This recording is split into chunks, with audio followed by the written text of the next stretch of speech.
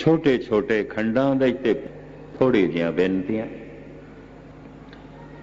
चूंकि ETC channel ते मैनू जो उन्हां दी इतला सी नीतू सिंह जी दी, पूरा नाम उन्हां दा सुरेंद्र सिंह जी है, वो पंजाबी प्रोग्राम दे डायरैक्टर ने। मैनू कहण लगे 6.5 मिनट का वासू जी का भाषण रिकॉर्ड कराना, वो थोड़ी कथा दे नाल असी दिखाना है सारी दुनिया नूं कि दरबार साहब दे च करिश्मा होया है, अकाल तख्त ते ये करिश्मा होया है। दुनिया देखेगी कि दरबार साहब दे च अज भी जागदी जोत दे करिश्मे मौजूद ने, और अज भी ये वाक पूरा उतरदा है, डिठे सभे थां नहीं तुझे।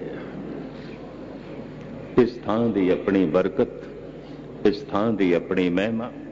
इस 6.5 मिनट लई थोड़े सामने उस महान वाक्य का हिंदी भाषा दे जिक्र करनगे। मैं उस दिन भी अर्ज की सी, गुजराती ने या इंग्लिश बहुत अच्छी बोल लेंदे ने, अमेरिका दे रहे ने, साइंटिस्ट ने, पर मैं इन्होंने कहा इंग्लिश सारे समझ नहीं सकणगे, तो तुसी हिंदी दे ची जो है बोलो, ये थानू हिंदी दे बोल के दसणगे। ते तफसील नाल साइंस बारे जो समय उत्थे अमेरिका च रह के ये जो काम करते रहे, उसकी भी जानकारी आपनू शायद देन। उत्थे शायद पुणे की गल है, किसी थां इन्होंने मंगल ग्रह बारे बड़ा कुछ दसिया। चंद्रमा की बड़ी गहरी व्याख्या इन्होंने पेश की सी, क्योंकि साइंटिस्ट ने, तो उत्थे इन्हों 15-20 मिनट खुले होणगे, ये सारिया विचारां उत्थे देणगे। हुण इन्हां कोल दरबार साहब अकाल तख्त दे कोल जो कमरा है जिथे अखंड पाठ इन्होंने रखाया सी, उत्थे जो करिश्मा होया है उहदे बारे आपनू जानकारी देणगे। सारियां दा हार्दिक तौर पे धन्यवाद। वाहिगुरु जी का खालसा, वाहिगुरु जी की फतेह। सही दास्तान है जिसके सारे डॉक्यूमेंट्री एविडेंस भी हैं, फोटोग्राफ्स हैं, नेगेटिव्स भी हैं, और मेडिकल रिपोर्ट्स भी अपनी एक ही आवाज में बोल रहे हैं। जो करिश्मा हुआ था इसके बारे में ही मैं बताऊंगा, क्योंकि समझ आ रहा है। वो दिन था May 5, 2002। मुझे यहाँ मेरे परिवार के लोग उठा करके ले आए थे। कभी थोड़ा चल सकता था, कभी फिर से उठाया जाता था, कभी कोशिश करता था कि मैं खुद ही चल के पहुंचूं, लेकिन ये मुमकिन न रहा और बाद में हमें उठाकर ही ले जाया गया। आप यहाँ अकाल तख्त जो देख रहे हैं, इसके करीब 2 निशान साहिब जो हैं, उसके आगे जरा राइट में आप टर्न लोगे तो वहाँ सरदार विक्रम सिंह की याद में एक केबिन बनी हुई है, और ये केबिन में मेरा पाठ हुआ था, और उसमें लकड़ी का फर्नीचर थोड़ा ज्यादा है। और सरदार विक्रम सिंह जो लद्दाख के हीरो थे, जिन्होंने अपनी जिंदगी समर्पित कर दी, और 22 नवंबर 1963 में वो लड़ते लड़ते मारे गए थे। He is known as hero of Ladakh.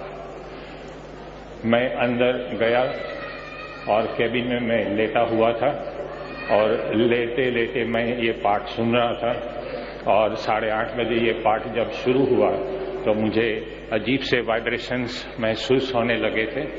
मैं बड़ी श्रद्धा से गया था उस वक्त जब गया था तब, क्योंकि मेरी सिस्टर इन लॉ ने और सरदार केसर सिंह साहब जो है सूरत में, जो होटल इंडस्ट्रियलिस्ट तो हैं ही गुरु कृपा से, लेकिन वहाँ के उजना सूरत गुरुद्वारा के प्रधान भी है, उनसे भी मैंने काफ़ी जानकारी मूल मंत्र के बारे में, सिखिज्म के बारे में और गुरुबानी के बारे में प्राप्त की थी।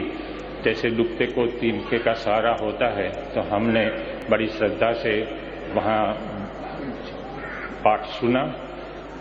आपको मालूम है कि 7.5 घंटे के बाद शायद वो सुखमनी साहिब जी का पाठ शुरू होता है और जैसे ही वो पाठ शुरू हुआ हमें जो वाइब्रेशंस महसूस होते थे, in English it is called the waves of energy, वो एनर्जी वेव्स मेरे शरीर में प्रवेश कर रहे थे। मैंने इसलिए मेरी धर्मपत्नी को कहा कि तुसी मेरे से गल नहीं करो, मुझे डिस्टर्ब नहीं करो, मैं ये पाठ काफ़ी एंजॉय कर रहा हूँ। उसमें हिंदी उर्दू के अल्फाज भी होते हैं तो मैं उसके मतलब भी समझने लगा था। जैसे ही सुखमनी साहिब का पाठ आगे बढ़ा और भी मुझे एनर्जी वेव्स मिले और ये जो दाहिना कान जो बंद था और डॉक्टरों ने ऑडियोग्राम रिपोर्ट्स में कई अलग अलग लेबोरेटरीज के रिपोर्ट हैं लिख के दिया है कि आप जिंदगी में कभी भी ये कान से नहीं सुन सकोगे क्योंकि कान के नर्व्स जो हैं वो डेड हो चुके हैं कैंसर की वजह से और हड्डी की जो रचना है वो भी खत्म हो गई है। जैसे वो पाठ आगे बढ़ा हमने और भी एक करिश्मा महसूस किया। पता नहीं मेरी बेटी को क्या ख्याल आया, मैं चौकड़ी मार्ग पर उस वक्त बैठ गया था, इसलिए बेटी सोच रही थी कि पापा देखने में अच्छे लगते हैं, मम्मी के पास बैठे हैं, तो वो तो एक मेमोरी पिक्चर लेने जा रही थी, उसका इरादा और कोई था नहीं। हमें तो पता ही नहीं था कि आगे क्या होने वाला है। और ये पाठ और आगे बढ़ते ही वहां से एक अचानक एक रोशनी हुई, एक ज्योत ऐसे ही प्रकट हो गई और थोड़ी वाइब्रेट होने के बाद वो स्टेडी भी हो गई।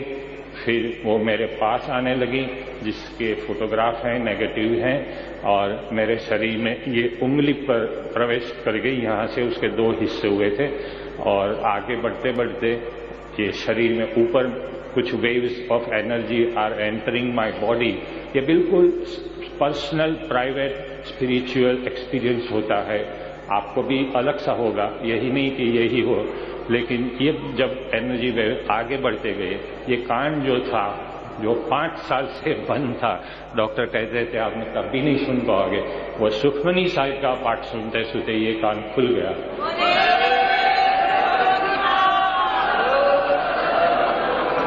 आज भी ये कान खुला हुआ है और मैं कथा कीर्तन एंजॉय करता हूँ।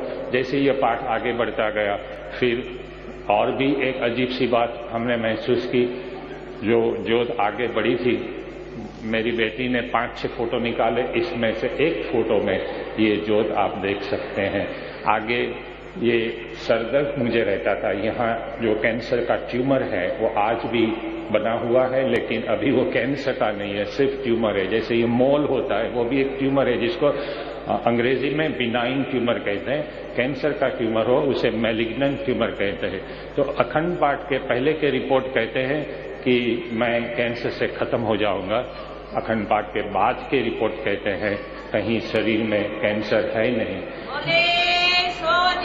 ये मैंने दावा नहीं करना है, ये मुझे कुछ भी नहीं क्लेम करना है, ये मेडिकल रिपोर्ट्स अपने आप बोल रहे हैं। और आज तो मेरे जो डॉक्टर जो थे cancer specialist, chief cancer specialist, उन्होंने लिख कर दिया है, जो मैंने यहाँ पढ़कर भी उस दिन सुनाया था कि जब मैं हिंदी में बता रहा हूँ, डॉक्टर के सीसा कहते हैं कि वासु भारद्वाज को कैंसर हुआ इसलिए हम अगस्त 2001 से उन्हें कीमोथेरापी दे रहे थे। 6 कीमोथेरापी फेल हुई थी, यहाँ होल का निशान भी बना हुआ है। लेकिन जब से वो हरमिंदर साहब से वापस आए हैं, हम तो यहाँ स्टेम सेल ट्रांसप्लांट की तैयारी करते थे, लेकिन जब से वो हरमिंदर साहब जाकर का अखंड पाठ अरदास करके वापस आए हैं, तब से उनके शरीर में हमने जहाँ जहाँ खोज चलाई, हमें कहीं भी कैंसर देखने को नहीं मिला। इसलिए हमने स्टेम सेल ट्रांसप्लांट ड्रॉप कर दिया है और वासु भारद्वाज एक तंदुरुस्त शख्स की तरह कोई भी तनावपूर्ण सिचुएशन में कोई भी काम कर सकते हैं, घूम सकते हैं। आंखों के चश्मे थे वो भी कम हो गए और आप देख रहे हैं मैं 64 साल का हूँ, आई एम 64, लेकिन मेरी गड्डी रिवर्स में जा रही है and I am ageing youthfully. और ये गुरु कृपा ही है। कृपा करके आप इसको चमत्कार नहीं कहिएगा, ये चमत्कार नहीं है, ये गुरु कृपा है। और मेरे पर जो गुरु कृपा हुई है, इससे बढ़कर भी गुरु कृपा किसी पर भी हो सकती, आप पर भी हो सकती है। और अरदास सुनने के लिए तो गुरु बैठे ही हैं। जैसे कबीर ने भी कहीं कहा है कि आप दिल से अरदास करो तो आप सुन सकते हैं, अरदास गुरु तक पहुंच भी सकती है। कबीर कहते हैं, मस्जिद मुल्ला बांग पुकारे, क्या मेरा साहिब बहरा है? चींटी के पांव में नुपुर बाजे, वो भी मेरा साहिब सुनता है। तो ये अरदास तो डॉक्टर भी आज करने लगे, जो मुझे ट्रीट कर रहे थे गुरुवाणी वो भी पढ़ने लगे हैं। मरीजों को ये भी सलाह देते हैं, पढ़ाई के मुताबिक आपके दवा देते हैं, लेकिन आप हरबंदर साहब जाकर के वहां अखंड पाठ और अरदास करोगे तो आपको भी जो वासु भारद्वाज के साथ हुआ ऐसी इससे भी बढ़कर गुरु कृपा हो सकती है। यही एक छोटा करिश्मा आपको भले लगे, बात वैसे तो छोटी है, कहानी छोटी है, लेकिन इसके पीछे जो बात छुपी हुई है वो बहुत ही बड़ी है। और ये ज्ञान मैंने मस्कीन जी के कैसेट्स, वीडियो सीडी सुनकर पाया है। और आज भी जब भी उनकी आवाज सुनता हूं, आज घर में मुझे ऐसा लगता है गुरु मेरे मन में बसे हुए हैं। और गुरुबाणी में ये वचन भी गुरु ने दिया है, तीरथ नावण जाओ, तीरथ नाम है, तीरथ शब्द विचार अंतर ज्ञान है। मैं अरदास करूं कि मेरी तरह आपका मन भी एक ऐसा तीरथ बने और आप भी गुरुबाणी की सेवा में रहो। वाहिगुरु जी का खालसा, वाहिगुरु जी